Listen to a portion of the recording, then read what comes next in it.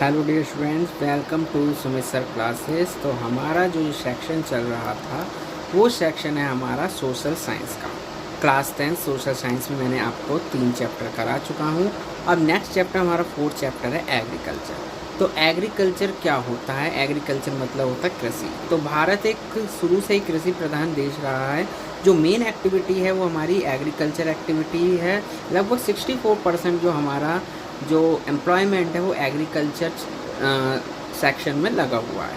तो एग्रीकल्चर क्या होता है? एग्रीकल्चर जो है हमारा बात करेंगे, agriculture is a primary activities which produce most of food that is consume beside food grain. It also produce raw material for various industry. जो एग्रीकल्चर एक हमारा प्राइमरी एक्टिविटी है जो ज़्यादातर जितने भी खाद्य फसलें हों उसका उत्पादन किया जाता है। साथ ही साथ जो इंडस्ट्री के लिए रॉ मटेरियल की ज़रूरत पड़ती है वो हमारे उसमें उगाया जाता है। तो ये एग्रीकल्चर के अंदर आती है। Some agriculture product like tea, coffee and spices, ये सब एग्रीकल्चर के अंतर्गत आते हैं।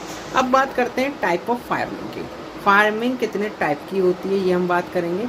तो civilize cultivation method has change significantly depending upon the characteristic. जो कल्टीवेशन का जो तरीका है, खेती करने का जो तरीका है, निरंतर बदलता हुआ है। और जो कैरेक्टरिस्टिक्स हैं उसके physical, environment, technological, non how and socio culture practice farming varies is the substance commercial farming. तो सबसे पहले हम बात करते हैं प्रिमिटिव सब्सटेंस फार्मिंग के बारे में। यानी कि प्रिमिटिव सब्सटेंस फार्मिंग जो होती है, जो टाइप ऑफ फार्मिंग है, practice in the few pockets of India, कुछ ही हिस्सों में की जाती है। और ये जो खेती होती है, ये जो एग्रीकल्चर फार्मिंग होती है, प्रिमिटिव सिस्टम फार्मिंग, ये अपने जो ट्रेडिशनल तरीके से की जाती है। साथ ही साथ अपनी जो फैमिली मेम्बर्स हैं उसमें वर्क करते हैं और अपने ही कंज्यूम के लिए ये की जाती है। It have to primitive tools. यहाँ पे जो प्रिमिटिव टूल्स होते हैं जैसे हो, डो और डिगिंग स्टिक्स और फैमिली कम्युनिटी लेबर का ही प्रयोग किया जाता है इसके अंदर। ठीक है। This type of farming depend on monsoon. ये जो खेती होती है वो बारिश पर निर्भर करती है। बारिश पर, यानी जो मानसून बारिश होती है उस पर निर्भर करती है। और जो मिट्टी की जो उपजाऊ क्षमता होती है, नेचुरल फर्टिलिटी होती है मिट्टी की, उस पर डिपेंड करती है। साथ ही साथ एनवायरनमेंट कंडीशन जो क्रॉप ग्रो करती है। और it is a slash and one agriculture. यानी कि स्लैश एंड वन एग्रीकल्चर क्या होता है? यानी कि जिसको हम जंगल होते हैं, जंगल को काट दिया जाता है और काट कर उसमें आग लगा दी जाती है। फिर उसकी जो राख होती है उस राख को डाल दिया जाता है और उसके ऊपर खेती की जाती है, जिससे सॉइल की फर्टिलिटी क्या हो जाती है? बढ़ जाती है। जैसे जैसे सॉइल की जो फर्टिलिटी क्या होती है? कम होती है। तो वहाँ पे जो जो लोग किसान होते हैं जो खेती करते हैं वो उसको छोड़कर चले जाते हैं। फिर दूसरे पैचेस ऑफ लैंड पे फिर पेड़ों को काटते हैं, जंगल को काटते हैं, क्लियर करते हैं, उसमें उसको साफ़ कर देते हैं, उसमें खेती की जाती है। इसलिए बर्न एंड स्लैश एग्रीकल्चर, यानी कि उसमें पहले आग लगानी पड़ती है, आग लगा करके उसको साफ़ कर दिया जाता है। ठीक है।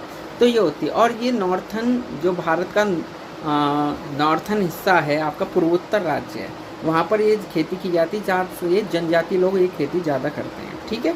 तो वहाँ पर इसको झूम खेती के नाम से भी जाना जाता है। अलग अलग क्षेत्र में अलग अलग नाम से जाना जाता है। और जहाँ पे जिस देश में जिस के नाम से जाना जाता है उसके मैं PDF आपको प्रोवाइड करा दूँ, उसमें से आप देखना। ये बर्न एंड स्लैश एग्रीकल्चर जो होती है, जिसे पूर्वोत्तर राज्य में हम क्या बोलते हैं? झूम खेती के नाम से जानते हैं। अलग अलग राज्यों में भी अलग नाम से, और साथ ही साथ जो अलग देश हैं वो अलग राज्य के नाम से जानते हैं। तो उसका हम PDF में आपको प्रोवाइड करा दूँगा, उसमें आप पढ़ लीजिएगा। अब नेक्स्ट टॉपिक है हमारा intensive sustains farming. This type of farming practice area of the high population. ये जो इंटेंसिव सस्टेंस फार्मिंग होती है, जो गहन कृषि के नाम से जाना जाता है इसको, ये जहाँ पर पॉपुलेशन ज़्यादा होती है वहाँ पर ये खेती की जाती है। ठीक है।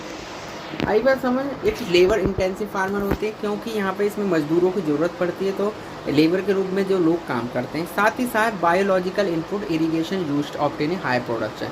ज़्यादा उत्पादन के लिए बायोलॉजिकल इनपुट और सिंचाई के माध्यम से खेती की जाती है।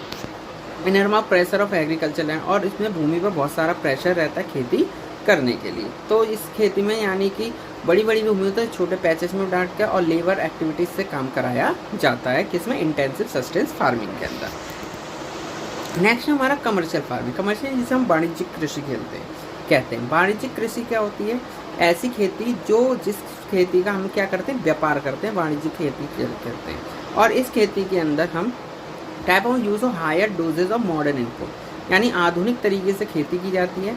Commercialization agriculture varies in the one region to another, यानी कि एक क्षेत्र से दूसरे क्षेत्र में एग्रीकल्चर की जाती है। Single crop grown in the large area, यानी एक फसल एक बहुत बड़े एरिया में उगाई जाती है। हेल्प टू माइग्रेंट लेबर, और वहाँ पर माइग्रेंट लेबर का प्रयोग किया जाता है, यानी कि और किसी राज्य से आए हुए जो लोग होते हैं वहाँ पर लेबर के रूप में क्या करते हैं, काम करते हैं कमर्शियल फार्मिंग के अंदर। The produce use to raw material in the respective industry, और कच्चे माल का उत्पादन किया जाता है काय के लिए, इंडस्ट्री के लिए, उद्योग के लिए। तो ये हम क्या करते हैं, कमर्शियल फार्मिंग करते हैं। जो जैसे कि हमारा हरियाणा जो राज्य है, हरियाणा राज्य के अंदर जो आपकी कमर्शियल फार्मिंग, जैसे चावल की खेती हम करते हैं तो वहाँ तो कमर्शियल फार्मिंग, लेकिन उड़ीसा के अंदर अगर हम चावल की खेती करते हैं वो इंटेंसिव फार्मिंग के अंदर आती है। ठीक है, तो कहीं पे कुछ फार्मिंग ऐसी होती है जो इंटेंसिव होती है, कहीं पे कमर्शियल होती है, जैसे मैंने आपको चावल का उदाहरण देकर बताया। ठीक है, नेक्स्ट हमारे में क्रॉपिंग पैटर्न। तो भारत के जो क्लाइमेट है उसके अनुसार भारत में 3 टाइप के क्या है, सीजन होते हैं। एक होता है रबी, खरीफ और जायद, ये 3 सीजन है हमारे क्रॉपिंग पैटर्न है। ठीक है, तो Rajasthan also been important factor growth of about the mention rabi crop. ठीक है, द क्रॉप में zaid is the watermelon, muskmelon और वेजिटेबल एंड द फॉडर। सबसे पहले हम बात करते हैं किसके बारे में, रबी क्रॉप्स के बारे में। तो रबी जो क्रॉप है वो क्रॉप, रबी की फसल जो उगाई जाती है वो आपकी अक्टूबर से दिसंबर के महीने में उगाई जाती है इस फसल को, और ये फसल काट ली जाती है आपके अप्रैल से मई के बीच में काट ली जाती है ये रबी की फसल। तो इसमें जो मेन फसल है वो काय की आपकी गेहूं की खेती जो है, आलू की खेती जो है वो रबी की फसल के अंदर आते हैं।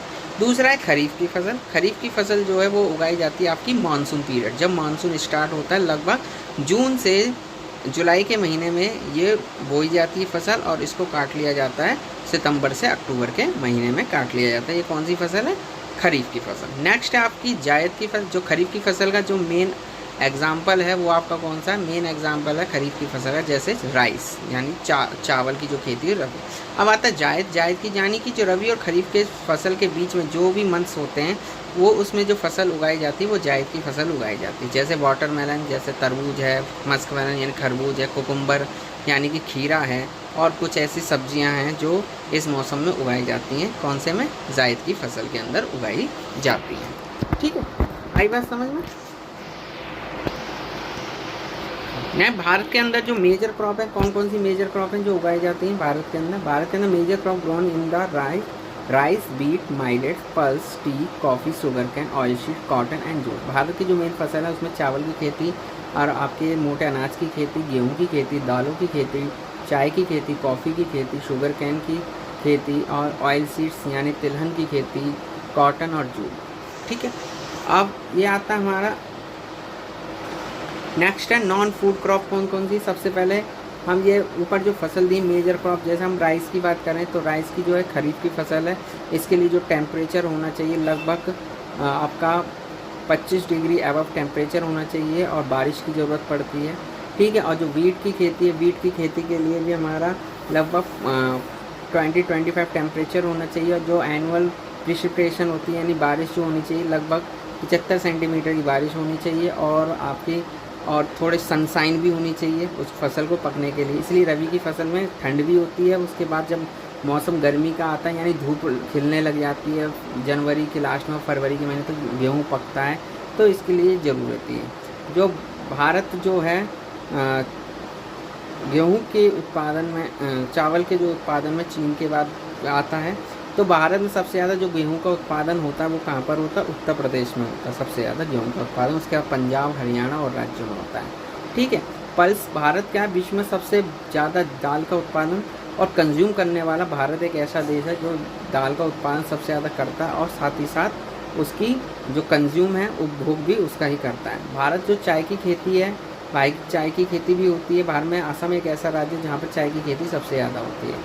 कॉफ़ी का उत्पादन भारत के अंदर कहाँ पर होता है, कॉफ़ी का उत्पादन होता है आपका कर्नाटक के अंदर। शुगर कैन जो गन्ने की खेती है, गन्ने की खेती में भारत में सबसे ज़्यादा, उत्तर प्रदेश में सबसे ज़्यादा गन्ने का उत्पादन किया जाता है। ठीक है, अब आता है non food crop. Non food crop के अंदर हमारा सबसे पहले रबर एक इक्वेटोरियल क्रॉप है और अंडर स्पेशल कंडीशन, और इसे मॉइस्ट और ह्यूमिड क्लाइमेट की ज़रूरत होती है, और लगभग 200 सेंटीमीटर कि बारिश होना ज़रूरी है और लगभग 25 डिग्री से टेम्परेचर ज़्यादा होना चाहिए। ठीक है, ये तो बात हो गई। अब आगे जो नॉन फूड क्रॉप के बारे में बात करेंगे नेक्स्ट वीडियो में। धन्यवाद।